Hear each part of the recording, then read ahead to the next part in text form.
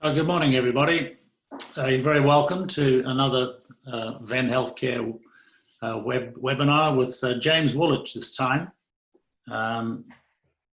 If you can make sure you've all got your videos off and your sound off, please, that'd be great help.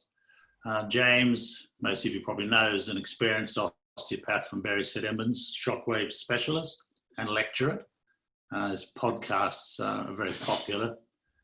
He's heads up a team of physios, podiatrists and foot surgeon, private GP, sports therapists to deliver integrated best evidence care for a range of MSK conditions. He specializes in chronic and complex pain conditions, tendon problems, plantar, biomechanics and running injuries, and of course, shockwave therapy. So James, I'll pass over to you if I may, and hope you all enjoy today's session. Thanks. Good morning, everyone. I'm not sure why my thing is not playing ball. Everyone can see my PowerPoint, I guess. Yeah, we can, yeah. Yeah. So today when we had this topic, which I was sort of thrust upon me because I'm an osteopath and everyone assumes that therefore I know a lot about spinal pain. I think the reality is after 20 years odd, I know as much now as I did then. So I'll caveat all of this with the fact that chronic non-specific low back pain is about as hard as it gets for predicting who's going to be a good candidate and who's not, and trying to get to some essence of what the actual tissue causing symptom is. So if I can get that all out straight away, because there'll always be people saying that, you know, what exactly is it you're treating when it's low back pain, because we're not quite sure. But there are some things that still hold true that might help us pick out what patients we're going to choose to use shockwave with. So a little bit about me, in addition to what Hugh said there. So I've taught at undergraduate, postgraduate level, mostly to do with sports injuries in my background.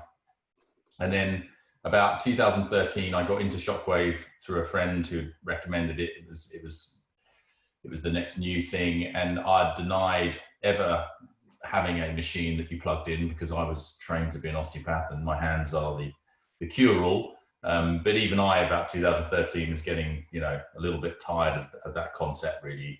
And I've moved into a bit more of a sort of physiotherapeutic approach, exercise therapy. My colleague is a physio, the first person I started working with. And I discussed it with him. We looked at the evidence. I had one on trial for 2 or 3 months and was simply amazed at how effective it could be for plantar fasciitis. So I then went and bought a Storz machine early 2014, and I've been using that ever since, and then added to that a focus device just over a year ago. So I probably, as an estimate, between my physio and myself, we share the machine, and I probably use it about 20 to 25% of the time. Mostly I stick to the classic evidence-based conditions, particularly the lower extremity tendinopathies and plantar fasciitis. But over the last year, especially with the addition of focused, I started looking at some of the research on spinal pain, which is why I'm tackling this today. And as much as it's difficult, as I said before, for really intractable spinal pain that you try everything else with, it can be really helpful. And I think that's the easiest way I explain people, you know, when I sort of try and, you know, emphasize my enthusiasm, I guess, for shockwave and how it should be used. It really still should be one of those things that's an adjunct where you've tried normal stuff and the patient's not responding. It shouldn't be your first line treatment for almost everything. It should be exercise-based stuff. It should be all the psychosocial things that we know about, especially with low back pain. But if you stick to that as a sort of, in essence, what you're using shockwave for, I think there's absolutely no argument anyone could make against using it for those conditions, and now spinal pain, I've realized, because what else are you going to do for those intractable chronic low back pain in particular cases? So if we're just looking, you know, just to make this clear, the sort of patients you do want to see with this to some extent, you don't want them to be blindingly painful with ridiculous symptoms. You still want them to have a mechanical picture to their pain. And in line with that, that in essence means they haven't got a great deal of peripheral or central sensitization mixed in with psychosocial aspects, because those sorts of patients are just simply not going to respond well to a mechanical based treatment. So if you are dealing with those sorts of patients like I do daily, it's pretty easy to pick out those that are your bog standard mechanical, really difficult to manage low back pain patients, and those that are more of the psychosocial, chronic and neuropathic or central sensitization patients. I don't think they should be good candidates for Shockwave at all. When I do teach this, would you mind just turning your video off? Is that all right? I think you can hear me. That's okay. So, James, before you go on, can I just say that if anybody's got any questions, please drop down to the bottom of your screen and just enter that question on the chat room. Thanks. So if we look at some of the research that's been done on this, if we compared it to all the research that was done or has been done on tendinopathies, something like 110 now good quality peer-reviewed journals on the Pedro database, you know, compared to lumbar spinal pain research, it's not that much. It's much more of a new condition that's popped up over the last couple of years that people are using it for this. But actually some of the ones that have been done, the couple here, I think they're quite nice. The numbers are not very big, 30 in that first one by Moon et al. That was only one session, and at 4-week follow-up, pretty good responses in compared to sham. So there are devices out there, the radial device, there's a couple of companies that produce a sham device that basically acts like a massage. It's hitting you, but it's not creating an acoustic wave. So you really don't know. And I've spoken to someone that's been part of one of these trials for frozen shoulder, and he tried it on himself, and you really do not know the difference between one type of device and the other. So the sham controlled trials for this are really quite good. And the outcomes for that, you know, are pretty significant on that first one, just after one session. I like that in particular because one session and then waiting 4 weeks for follow-up, as I'll point out in a minute. I think one of the other things that's good about Shockwave is that the research that's often done on it is really good long-term outcomes. Whereas a lot of things, you know, do respond quite quickly and then fade after a couple of days. The other one down here, a Turkish study, significantly improved outcomes again at 6 weeks and 12 weeks for a range of outcome measures, including the ESWT disability score. And that was done with 45 split into 2 groups. So the stuff is out there in terms of you trying to create a database that, you know, I work with a spinal surgeon. I sent some of this through to him, and he was relatively impressed that this stuff even exists. So what I was just hinting at is that everything works in the short term. Pretty much everything does. People always say, you know, this works, that works, this doesn't work. But for chronic low back pain or non-specific low back pain in particular, you can throw everything at it. And the sort of what's called the non-specifics of care, which you could cynically call placebo.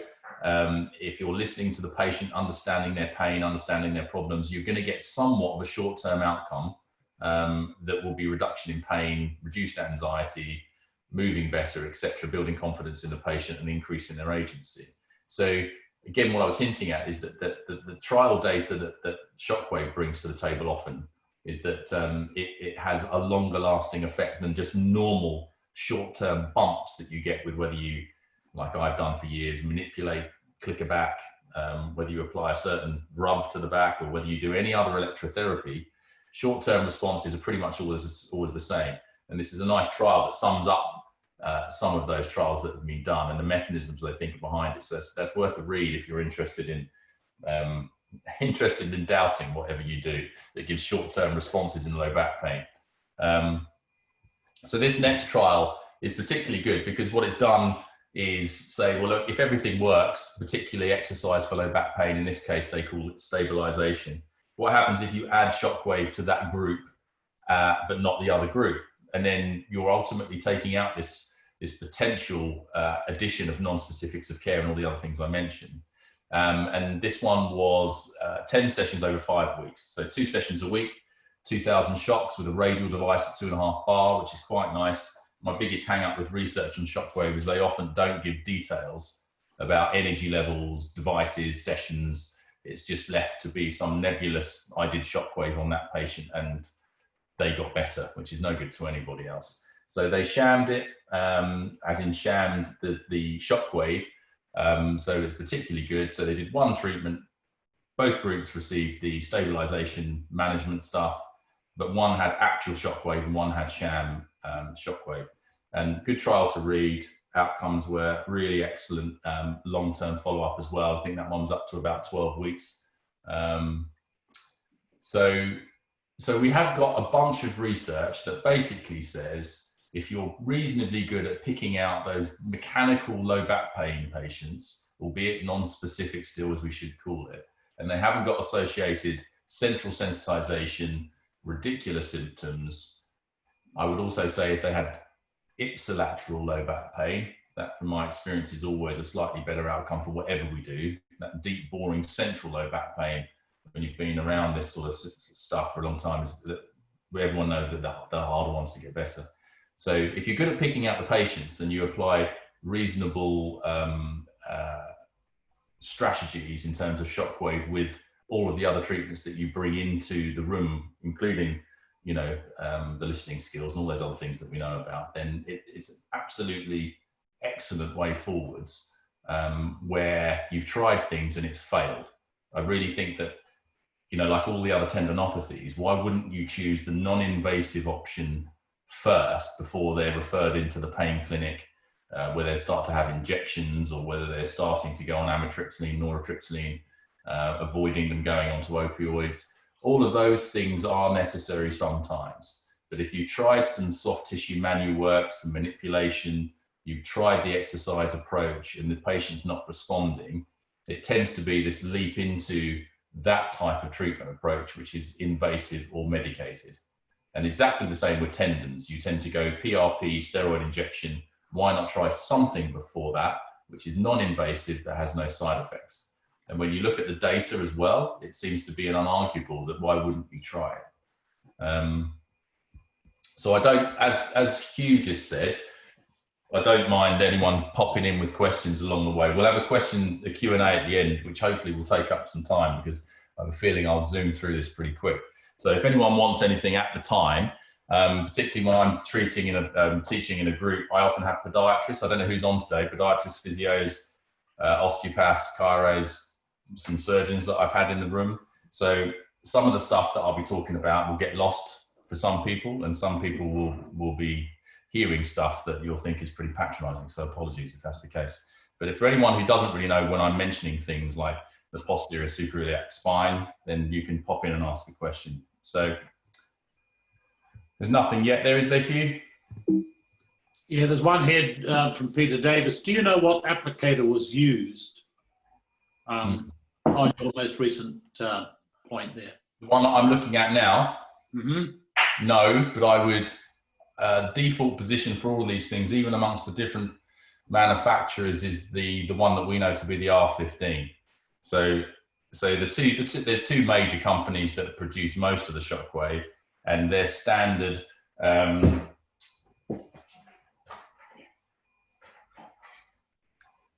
some reason I can't find it. The standard applicator you get is the one that most people use in these. There's one that's just coming up in a minute, a bit of research that I'll talk about, where they use the deep impact head, which is a slightly different metal with a conical shape. That's the one that most people are starting to use for chronic low back pain, because it's got more hit.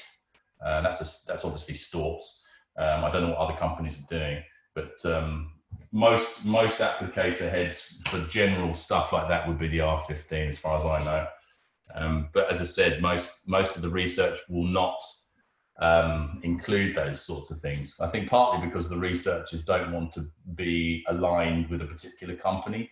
So by even mentioning the fact that it's the so-and-so head of the so-and-so machine, it might be that someone would say that that's bringing bias into the research. So that's one of the problems. You know, you never get to completely hear what it is unless you get to speak to the person who researched it, which we'll come to in a minute.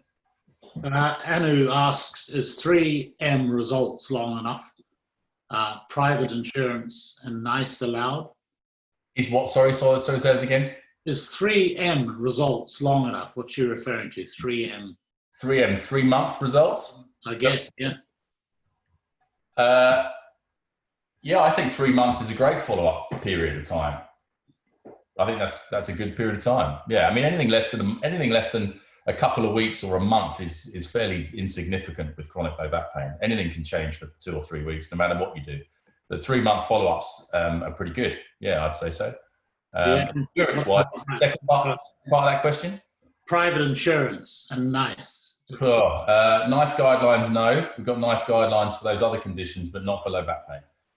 Insurance-wise, I've made the case with a couple of specific patients over the last year, and particularly the American insurer that I work with, they've okayed it, but you have to make a specific case. So most insurers won't touch spinal pain, but then most insurers won't touch chronic anything. And we're talking, I guess, about chronic spinal pain today, but no, I'm afraid that's not going to be the case at the moment. Cool.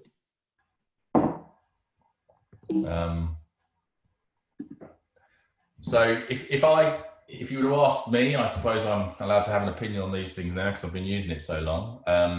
If I had to really go for a particular patient where I was going to use this and I'd feel some sort of confidence in the fact that I was going to get a good outcome, then I would say that those that have those really classic, difficult facet type pictures to their low back pain, and as much as there are still people saying, well, can you really differentiate between a lumbar facet and a da-da-da-da-da, I think that you can have a good go at it sometimes. Things like the Kemp test, if they're extension rotation based pain, they haven't got ridiculous symptoms, they're good for moving up and down, then I think you can get to some sort of point of view where, as much as there might be multiple tissues, you can see me crossing my arms now because I'm uncomfortable about absolutely saying it's a facet-based low back pain, because I've been doing it for so long. You think you know it 1 minute, and then you realise you don't know much the next. But I think that there's a reasonable sort of model to say that this is most of the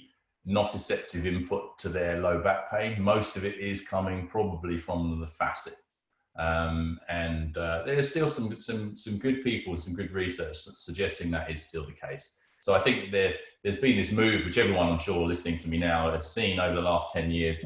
It's moved from almost, low back pain in particular has moved from a, mechanical, is it disc, is it facet, completely to the other end of the spectrum, where it's all basically sensitized nervous system, and it's how anxious and depressed and fearful they are, and those sorts of things. And we've thrown the baby out with the bathwater to some extent, because there are still some definite patients that are mechanically orientated pain and don't have all of those psychosocial issues, or certainly not many of them. So I think we should be a bit careful about going too far the other way and still saying there are some patients that do well with a general mechanical approach.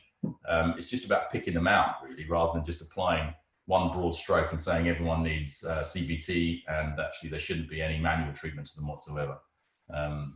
So that's my particular slant. So, I mean, just one other on that. Do GPs allow it on NHS? Most say no without even considering.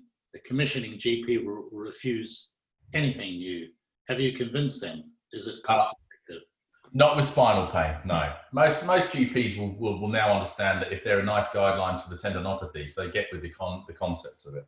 But with spinal pain and chronic low, I mean, if you were to go, I mean, everyone knows this, if you go into a medical setting and you mention chronic low back pain, you see everyone's face drop. And there's really been nothing that's been new and amazing for chronic low back pain for as long as I've been out doing stuff. It still is just an unknown. And, we thought we were there with the neuroscience and explaining pain, and educational stuff was the answer, and CBT. And actually, some of the long-term follow-ups for some of those things have proved not really very effective either. So it's a difficult topic. I mean, no one should tell you that they know more than anybody else, because most of us are in the dark on this subject. If it's chronic low back pain we're talking about, we just struggle with it. So yeah, I mean, GPs and commissioning, there's a whole different level of stuff going on there, because yeah, that's almost impossible. And I've worked in a GP practice for 16 years.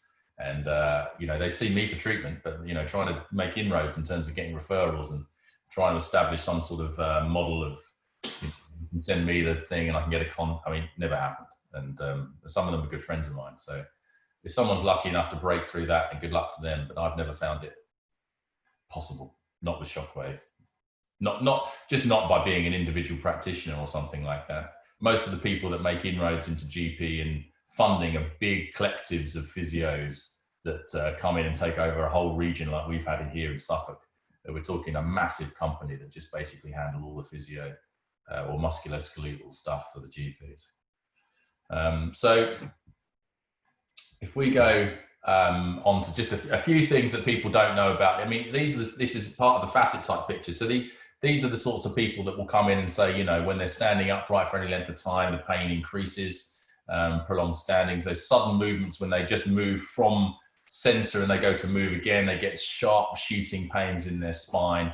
If they sit down for any length of time and go to get up and stand, it's agony particularly going through a sort of painful up. They get pain walking up their thighs with their hands, and then once they're upright and moving, it's better.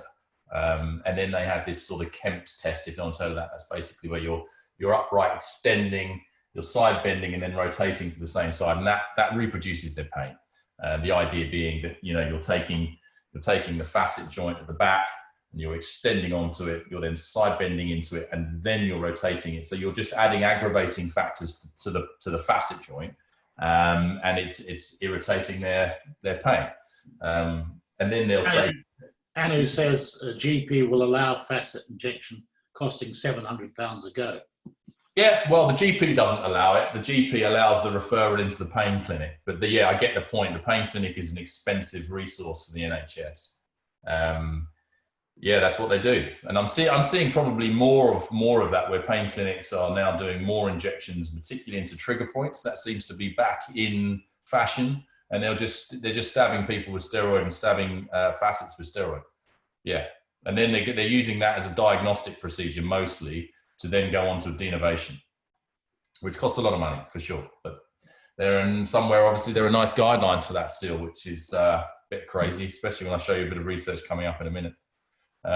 So that if you're picking patients that are fitting that case history, and they're fitting the sort of aggravating and relieving factors like those ones in front of you, they're the ones that I think have responded really well to treatment in my room.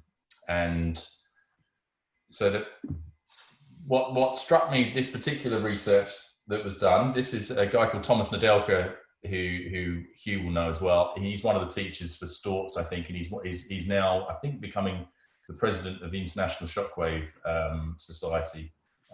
He's a clever neurologist from the Czech Republic, and he's done quite a lot of work on spinal pain. In Europe, and particularly in the Czech Republic, neurologists are the people that actually deal with most chronic low back pain and radicular symptoms. So not having any neurological issues, but they seem to be the people that treat chronic low back pain. They wouldn't in this country, but they do in the Czech Republic for sure. So this is you can get the full paper on this online, not just an abstract. So you can look at this if you want to, and it's a particularly good one because it was him picking out those particular patients that responded well to a local anesthetic injection into the facet joint. So he used that to ultimately pin down the facet joint as the biggest nociceptive input into their chronic ipsilateral low back pain. Once he'd done that he peeled away those 62 patients that responded to that, and then gave them 5 sessions of shockwave. And that was with exactly, if you can see my machine down below, so my focus device, but this is the MP100. He uses an MP100, I'm pretty sure, and he uses the normal R15. He has started using the deep impact, the gold one with a slightly conical edge, because it gives slightly more penetration, and it keeps the energy as much as you can from dispersing into the tissues, because it's got a slight shape to it that narrows. So it's Storts' attempt to bridge somewhat of the gap between a focused and a radial device by putting more energy in. So he uses those for people, which I think delicately put, were a bit fatter and wanting to get deeper into the tissues. So he started using that more. He now actually uses, if you want to listen to the podcast, he started using focused for most of his facet issues. Not to say that radial doesn't work, because this trial proves that it works quite nicely. So he compared the 5 sessions with steroid injection and then with radiofrequency neurotomy, which across the world is still pretty much gold standard for chronic facet-based pain. And then the best thing he did about this trial is he followed them up at 2, 6, and 12 months. Again, going back to that idea of everything works in the short term, particularly as steroid does. So the data on that from these 2 graphs, the blue is the shockwave, and then the green is the radiofrequency. And so not quite as good as radiofrequency, but my spinal surgeon I work with, he doesn't like doing radiofrequencies because there's always a small group that respond and flip the other way and have more pain after their radiofrequency. And there's always a risk of infection with the radiofrequency. So he's not greatly keen on it. So if that's still being used a lot, again, why would you not use the non-invasive option? But you can see the difference between the steroid, which is in red, and that was for VAS on the left-hand side, and then the Oswestry score on the right, similar outcomes. So not quite as good as radiofrequency, but guess what? It's probably not the 1,500 to 2,000 that people would spend privately on a radiofrequency under X-ray and under general anesthetic. It's taken you 5 sessions with a radial device once a week, 3,000 shocks, as much as they can take. That's pretty much where you go with most shockwave these days. You take it to a point of 5, 6 out of 10 discomfort. And I'll talk about in a minute about the fact you want to reproduce their symptoms as much as you can. Rather than worrying too much about angles, you let the patient's feedback give you where you need to go with the device. The question here, James, is radial focus better for LSP? In my experience now, it depends a bit. If I had non-specific low back pain where, I was a bit unsure and there was a big muscular component, then radial I think is brilliant. If it's myofascial, I'll talk about this in a minute. Myofascial muscular, just grumpy, horrible, but it's difficult to pick out whether the facet is the issue too much. There's generalized pain. Then radial offers the brilliant advantage of just covering square inches. So I use a combination of the big one of these ones, the big gold one, I think it's called the D20, is it, Hugh? I think that's fantastic because it gets nice and deep and it covers a big area. And I'm not afraid to use that on the LES multifidus, just moving it around like a massage device, occasionally hovering over bits, and then coupling that with that. So I don't use the R50. I go to that every single time. So that's quite frankly, that's where I'm unsure as to what is exactly going on in the spine and what exactly is the tissue causing symptom. But I think we can all be honest about that. And in those patients, I think a radial device is fantastic. If I absolutely pinpoint they've got ipsilateral nasty pain and they're ticking all the boxes of a facet, then focused is better. Yep. And he's just about to come out with some research. He was about to do that in Vienna this year at the ISMST conference, and he was about to put up some. He's managed to sham a focus device, Nadelka, with the true focus device. His outcomes for chronic facet pain were apparently they're really good. So better than the radial slightly. So if you can afford it, then I think radial is great. Focused is great, but radial has got the evidence to support. In this trial is a really good example of that. So this is me shamelessly plugging my podcast, episode 7. So you can go on. He's a really good guy to listen to. He talks a bit about neck pain as well. We talked a bit about vertebrobasilar issues when you're using shockwave and a few other bits and bobs like that. So, going back to what I was just saying, if you separate the two sort of senses, the two types of low back pain that you might encounter, and you've got the facet type pain, ipsilateral, they're a great candidate for using shockwave. And then of course you've just got that sort of general myofascial stuff. And, there is still ongoing debate, and I think there should be, about what exactly is a trigger point, and so on and so forth. I'm not sure I get entirely with the concept.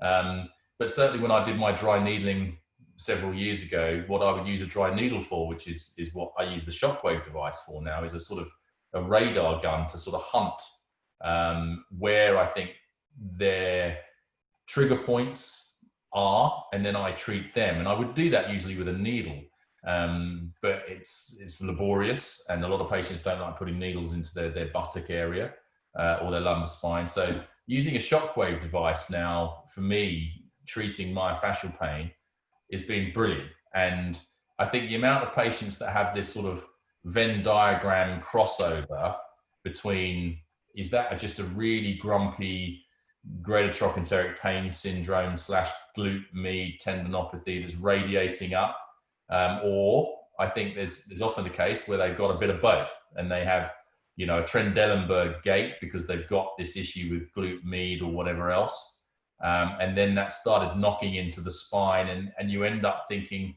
they've got both. They've got a lumbar spine issue and they've got a hip issue. So whilst you're using the Shockwave and treating it, why wouldn't you do, which I often do now, I do 2,000 or 3,000 to treat the glute med, the trochanteric tendon, and then actually I, you know, because they're on their side, there's no reason why you can't then treat their lumbar spine, facet region, sacroiliac trigger points moving off in that direction. So I end up quite often, I think, with these cases, treating 4,000 or 5,000 shocks separated into those two sort of areas in my head, which is, this is more the lumbar spine issue and this is more the GTPS as such. I think a lot of people have that, and I get better outcomes, I think, from treating both areas at the same time. A couple of questions just here. Yeah. The previous research was conducted with the patient prone. Are there any studies applying radio shockwave in side lying with lumbar flexion to open the facets? Nice question. Yeah. So no, not that I know of. I would imagine, I mean, certainly Nadelka was prone, a couple of cushions underneath the tummy to take it out of extension too much. So that's what I would suggest you do, is you particularly with a lordotic patient, you know, a couple of cushions or 3 cushions even to pop them up into at least neutral. But I don't see any reason why you can't do it sideline. I treat, depending on whether they've got an associated symptom into the glutes, I tend not to want to move my patient all over the place just so it suits me. So I don't see any reason why you can't do it in sideline. And I liked his point, because I've come to the same conclusion. Why wouldn't you want to just slightly open up the facet joint and, you know, get a slight stretch on the synovium, you know, bring it to the surface a bit more. Yeah, I have that thought, but I can't show you any difference in outcome in terms of research, because no one's really put that on their papers, annoyingly. So, and would you ever combine shockwave therapy with medical acupuncture for lower back pain? And if so, would you use shockwave first or the acupuncture?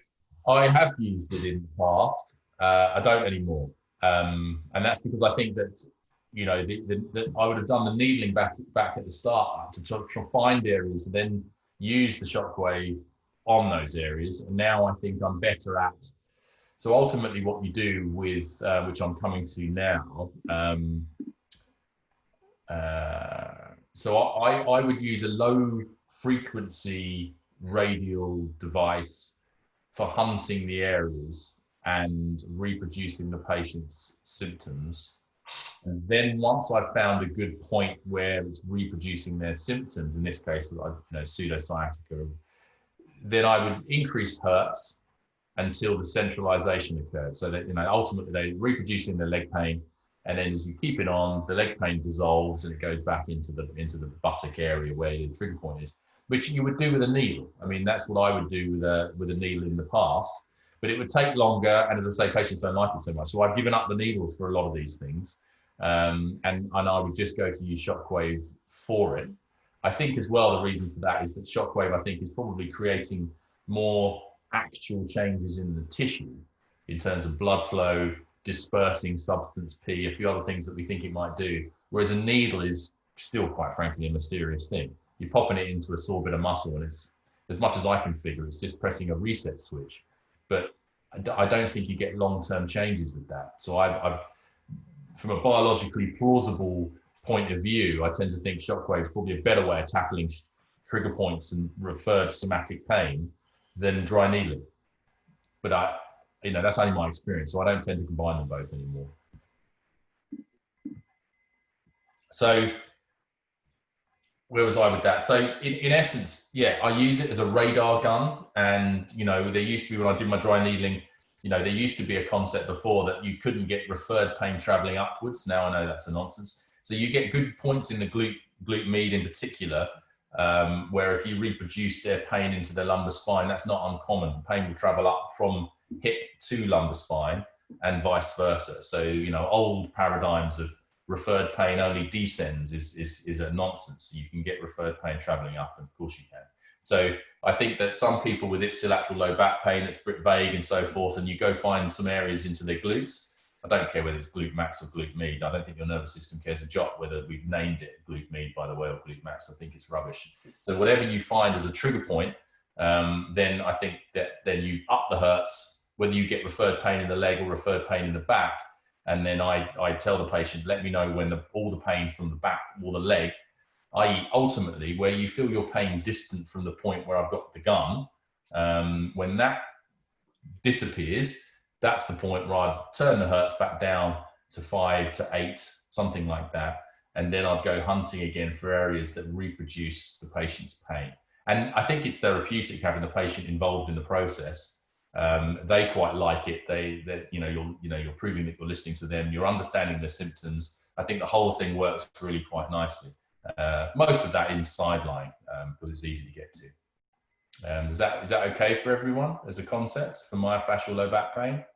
Yeah, just wondering, how often are events sort of held where people, the deep experience that you have, get together and say, well, this, where have we got since last year or year before, Well, you guys are good enough to put on a big conference every year where, so that happens. And because there's 6 of us that teach now this stuff for Venn and Storts, if you like, we all talk about this occasionally, mostly me for spinal stuff. And, but then when I sort of do my podcast, obviously I've learned from, the German orthopedic surgeon who I'll bring up in a minute. This guy, Carlo, is fantastic. So he's an orthopedic surgeon, he's got about 6 rooms with 6 focus devices in and radial devices. And he's great at listening to on that podcast. He's so enthusiastic, but this is the thing. And if you go to Europe and you go to Stuttgart, I think he's Stuttgart, and you go to see an orthopedic surgeon, they've got shockwave devices in their rooms. The thing about us Brits, we're a little cynical about new technology, and the NHS is a big old blown beast to try and change direction. But in Europe, it's just commonplace. They say, well, why wouldn't you use that before I inject? I do it all the time. So it's frustrating because we're not quite as quick as picking up on these things. But he's great for talking about myofascial pain and using the device. For picking out those areas that reproduce the patient's pain. I'd have to say, a focus device is a much more accurate tool to pick out those areas that reproduce pain. It's just a little bit deeper, a little bit more precise.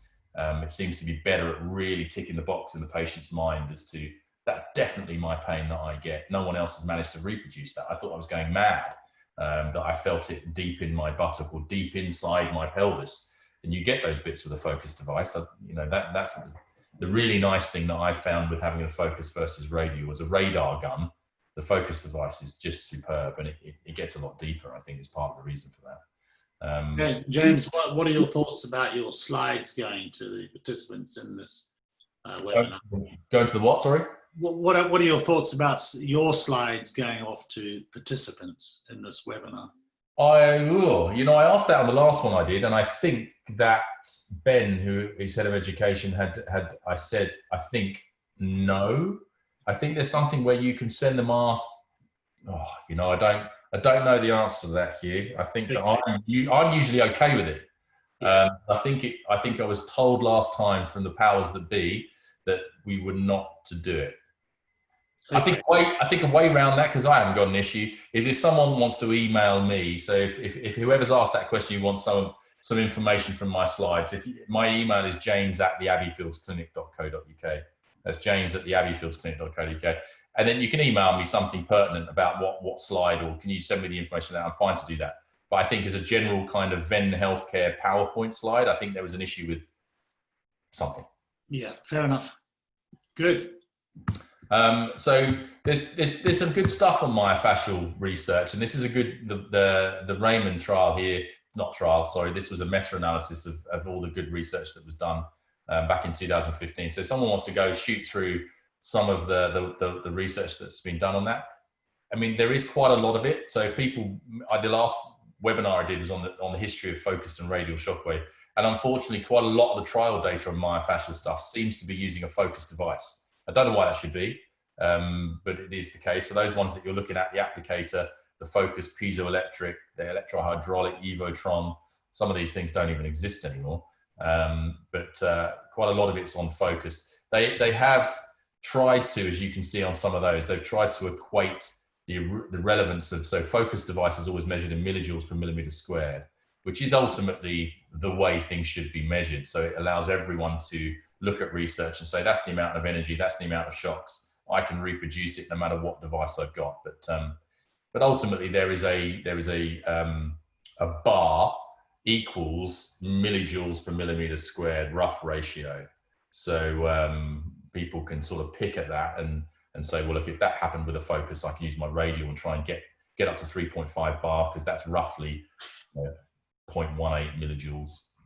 So there's a bit of a problem with the research at the moment. And the ISMST are trying to normalize the data so that we can actually look at other people's research with a whatever device and say, well, I know what my device does, and I can just copy that because I know the bar levels of this and I can do millijoules or whatever else. But it's a bit of a bug at that, to be honest. So, I mean, this is the third one, which I sort of mentioned that, so you've got those patients with ipsilateral facet-based classic pain that are great candidates, the best candidates, I think. And then you've got the sort of myofascial stuff where you're using it instead of your hands or a needle or whatever else, because it's particularly good at creating change in a couple of minutes. And then you've got the pseudosciatica where they've just got somatic referred pain, and it's not, they haven't got a response to neural tension tests, Valsalva, etc. And they haven't got any pins and needles, tingling, so on and so forth. Although that is an odd one. You do get some somatic referred pains, I think, that have some element of vague sensory symptoms, but not in a classic radicular picture. So yeah, somewhere between 5 and 8 hertz. I put ish there, but no more than 8.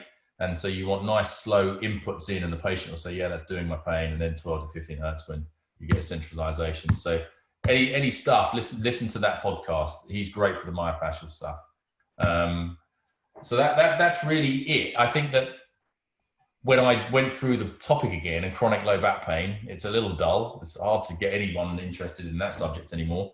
But I probably should have made it spinal pain, because I treat the neck with radial shockwave. I certainly treat the girdles, the shoulder girdle, trapezius, levator scapula. I think we get some great responses in those tissues.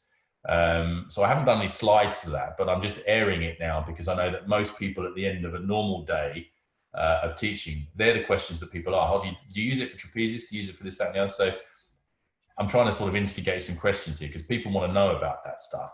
What's the general day-to-day things I see in practice that I use it for? Trapezius trigger points where it's giving you referred headaches, and you've tried everything and it keeps coming back. You've ordered their desks set up and things like that. And I've had some amazing results where 1 or 2 treatments later, and they've had it a year, that just really gnarly, horrible side neck pain, and it's gone. And, that's been impressive, I have to say, for the shoulder girdle / sort of periscapular myofascial stuff. It's absolutely brilliant. That's an R15. We used to have an issue with the fact that anywhere over the ribs and the lungs was a problem, but it's not. For low level energy stuff, which is 2.5 bar or less, or in fact, radial per se is not going to be doing anything to the lungs, so you're safe to do. Any contraindication areas to avoid going over? Yeah, so if you listen to the Nedelka one, I mean, I had this issue already that people had asked me, and I said, there isn't anything written down in the ISMST. So if you Google ISMST contraindications, you'll be taken to the main ISMST website where it's got a list of the contraindications. And it's basically over a pregnant bump, over a known cancer. And that's about it, you know. So ultimately, if you're low level, which is I think 0.12 millijoules or less, which is I think 3.5 bar for a Storz, you're good to go on everything pretty much, except, and this is where I had this with him on the podcast, you know, would I want to be go fiddling around in the upper neck, you know, where the vertebral artery is exposed because it does a little loop. It comes out of its little protective foramen up through the middle of the cervical vertebrae. It comes out, I think, at C3, does a little loopy bit, and then goes back in to feed the back of the brain. And the key word I use there is brain. It feeds the brain, right? So we know that we've got an issue of manipulating upper necks. I don't do that anymore. I don't see the reason why I would take a risk with someone like that. But equally, I don't want to be shooting a load of acoustic waves into a vertebral artery. If there's any calcifications there, or you don't know what's underneath. So I don't treat the upper neck, and I tell people don't bother. Why would you want to take the risk of shooting acoustic waves into, you know, upper necks? You've got your fingers, which work really well for those areas. You can stick a little needle in here and there if you know your anatomy, but I wouldn't want to be doing it for the upper neck. But the lower neck, middle neck, those facet joints where you're coming in posteriorly, you're not going to be hitting the vertebral arteries anyway. So I think if you know your anatomy, you're good for the middle part of the neck. But if in doubt, if you're a podiatrist, or, you know, I have these questions sometimes, I go, why would you want to fiddle around with the neck if you're a podiatrist? Or if you're a physio that doesn't treat necks very often, you know, maybe you don't know your anatomy that well. So just do stuff that you're comfortable with, that you think is in with your scope of practice, but don't do upper neck. I just would suggest don't do it. Somebody asked the question, is it worth becoming a member of the ISMST? It's not lower back pain related, but just a question. I think that if I was going to go to Vienna this year, I would have done. But yeah, I've been asked that question before. I'm not sure what it does bring me in terms of just other than a sense that you're part of a really good group that share ideas. Would I get to meet people and network and that sort of stuff?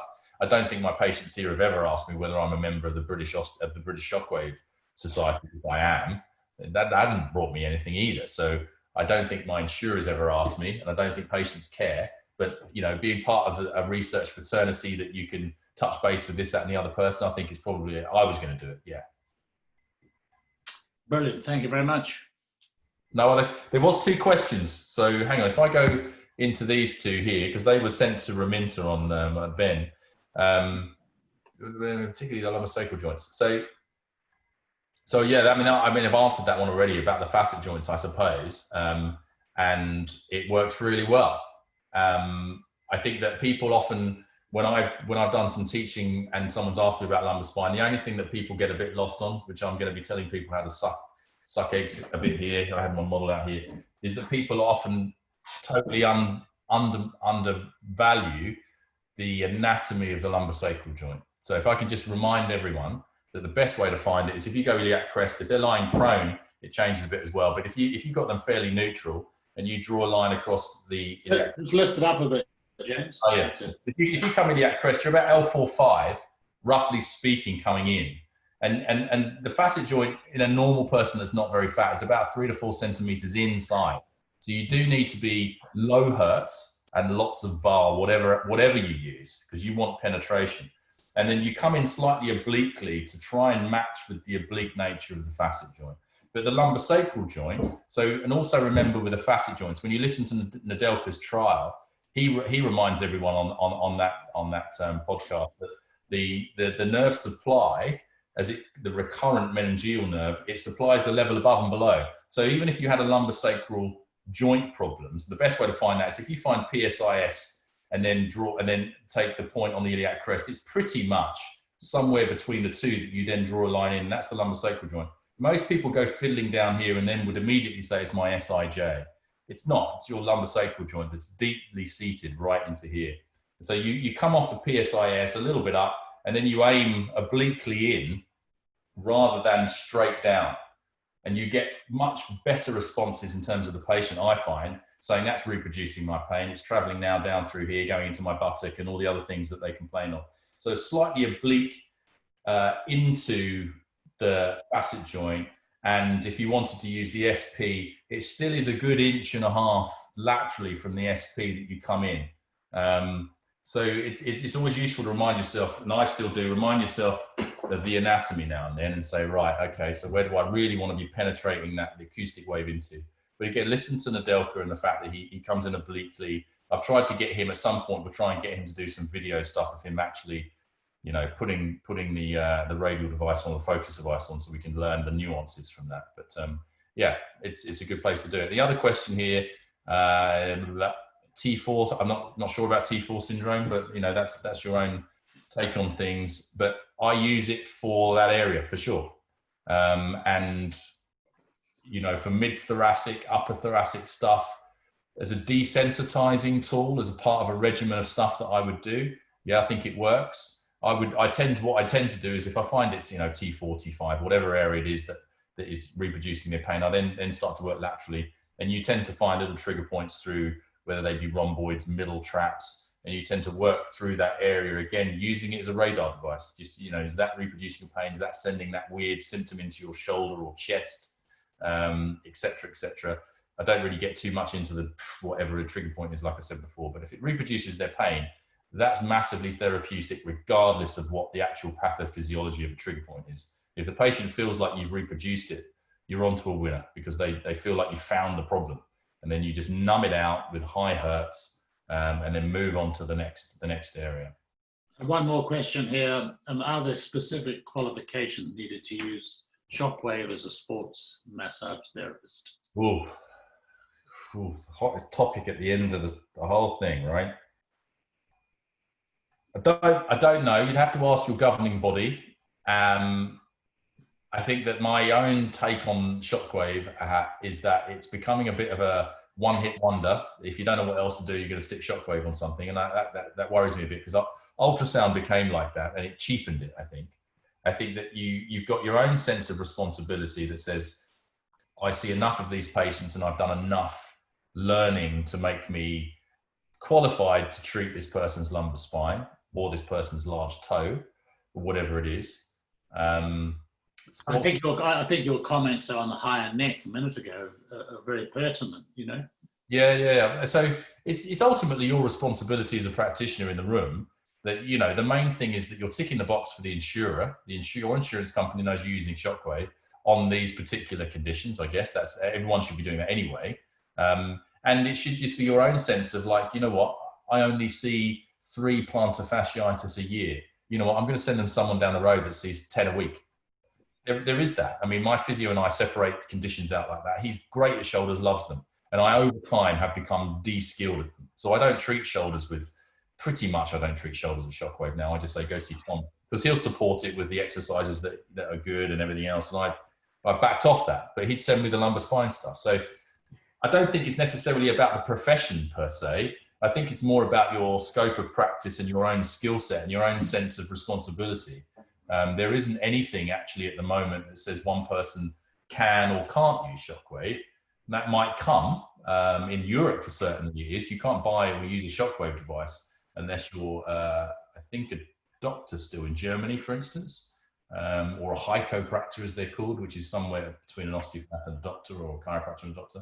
So they've got levels in Germany that, you know, certainly a focus device can only be used by a surgeon or a doctor. I think that's what it is. But over here, it's pretty relaxed. So it's down to yourself, really.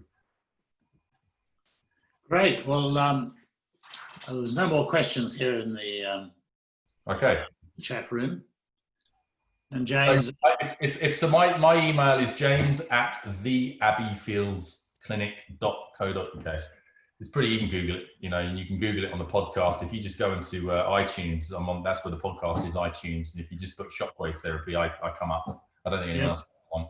So you can find my details, and if you've got any questions, you're quite welcome to ping me an email. Well, I can share everybody that they're very good. They've been very well received right through our group, and do have a look at them. James, very comprehensive. Thanks, mate. Flow as usual. Thanks everybody for joining, and look out for us for another one very soon. Good-o. Cheers. Thanks all. Bye.